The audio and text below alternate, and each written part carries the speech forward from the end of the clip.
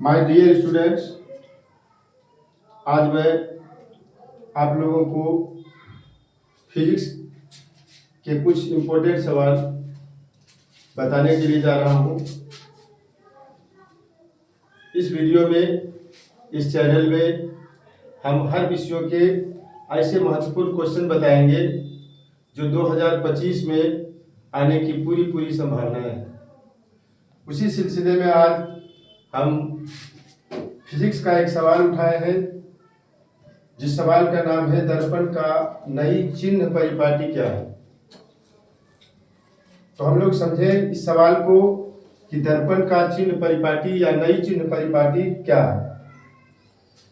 दर्पण के कुछ न्यूमेरिकल सवाल को हल करने के लिए इन चिन्हों को जानना बहुत जरूरी है, और कभी कभी ये सवाल ऐसे भी पूछ दिया जाता है कि दर्पण की नई चिन्ह परिपाटी क्या है। तो सबसे पहले हम लोग ये जाने कि दर्पण तीन तरह के होते हैं। एक है उत्तल दर्पण, दूसरा है अवतल दर्पण,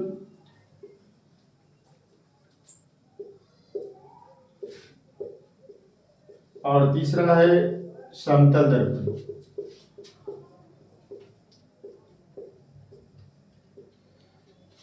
अब उत्तल का मतलब होता है जिसका देखने वाला भाग, देखने वाले भाग को दूसरी भाषा में परावर्तक सतह भी कहा जाता है। परावर्तक सतह जिससे हम लोग किसी दर्पण को जब यूज करते हैं तो इस भाग पर हमारा फिगर बनता है, फोटो बनता है, यही भाग इसका परावर्तक सतह कहलाता है। और समतल दर्पण का परावर्तक सतह बिल्कुल प्लेन समतल होता है। उत्तल का परावर्तक सतह उठा हुआ होता है, यानी जो भाग कलर किया हुआ रहता है इसका ही भाग, जिस तरफ से हम लोग देखते हैं ये भाग बिल्कुल उठा हुआ होता है।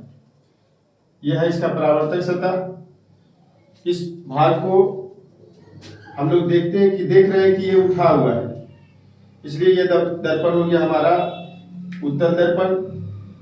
और अवतल इसी भी तरह से होता है, इसी तरह से होता है जिसका परावर्तक सतह देखने वाला भाग धंसा हुआ था,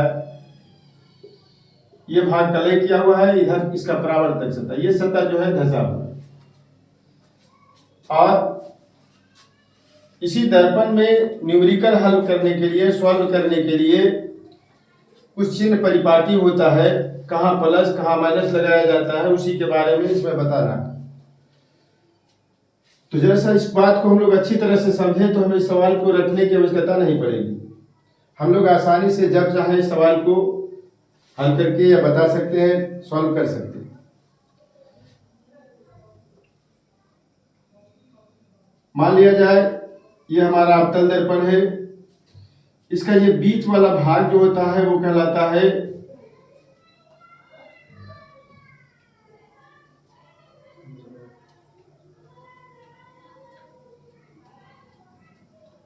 दर्पण का मध्य बिंदु।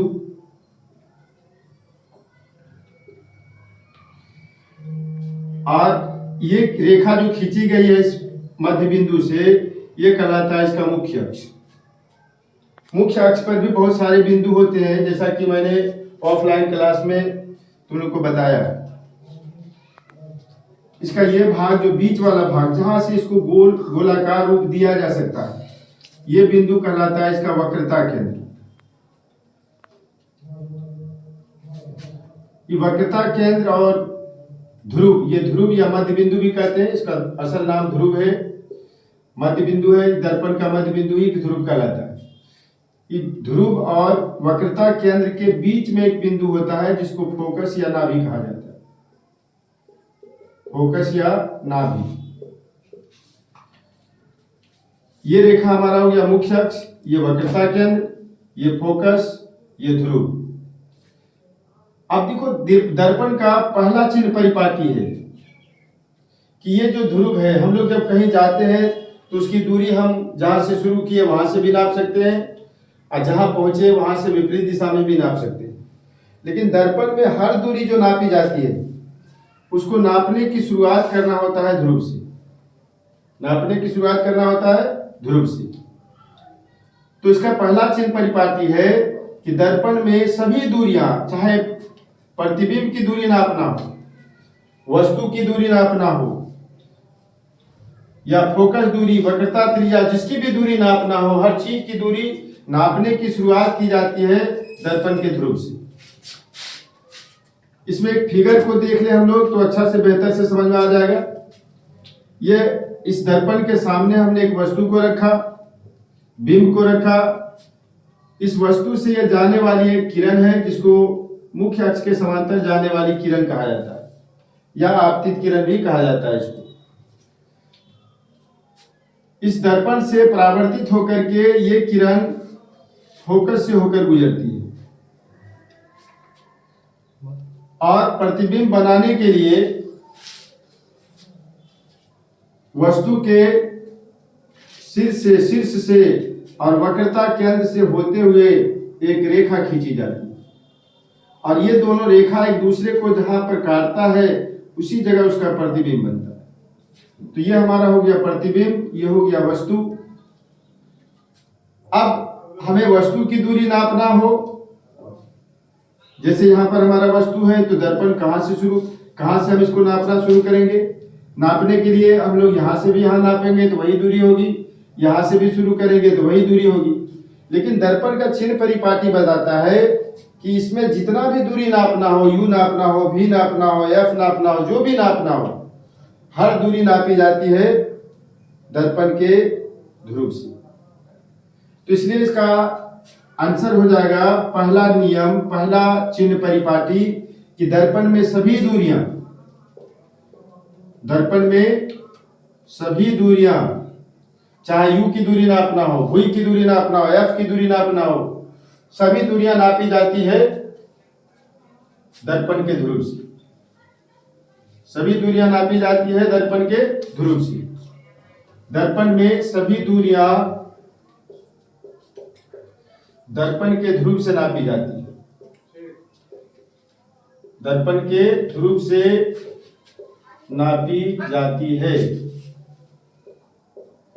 ये चिन्ह परिपाटी का पहला नियम है। आप लोग अच्छी तरह से समझ गए होंगे कि दर्पण के नई चिन्ह परिपाटी का पहला नियम क्या है कि दर्पण में सभी दूरियां दर्पण के ध्रुव से नापी जाती है। दर्पण में सभी दूरियां दर्पण के ध्रुव से नापी जाती है। अब इसका दूसरा नियम है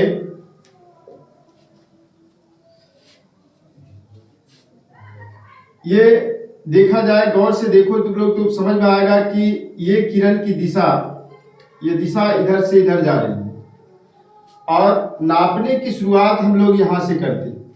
तो हमको नापने के लिए बढ़ना पड़ता है इस ओर, दाहिना से बाईं ओर, और ये हम बढ़ रहे हैं बायां से दाहिना ओर, ये बायां से दाहिना ओर।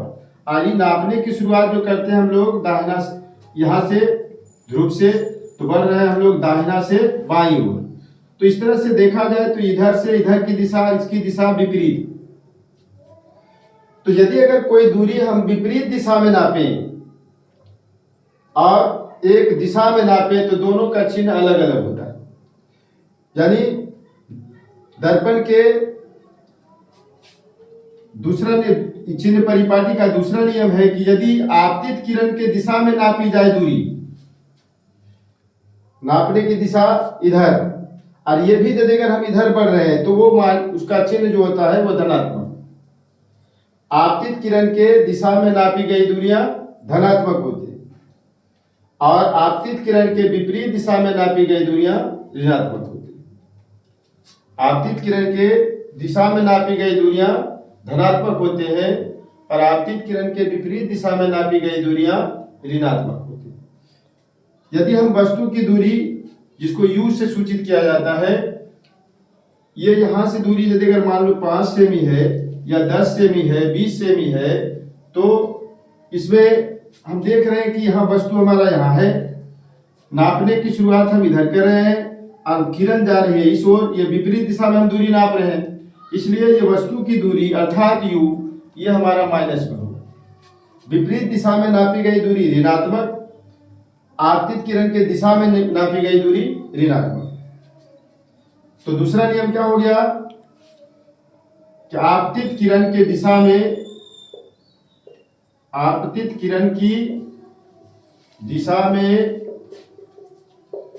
नापी गई दूरियां धनात्मक होती हैं।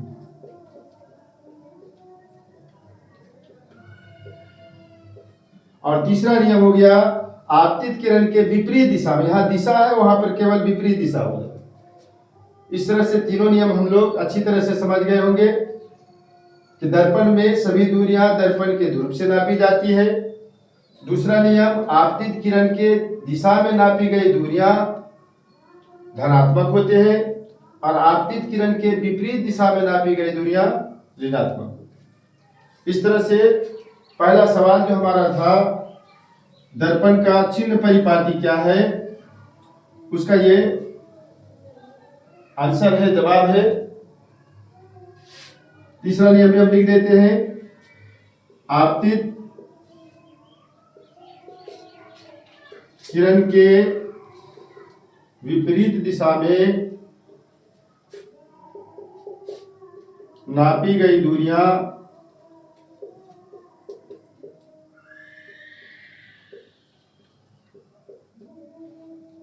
ऋणात्मक होती है।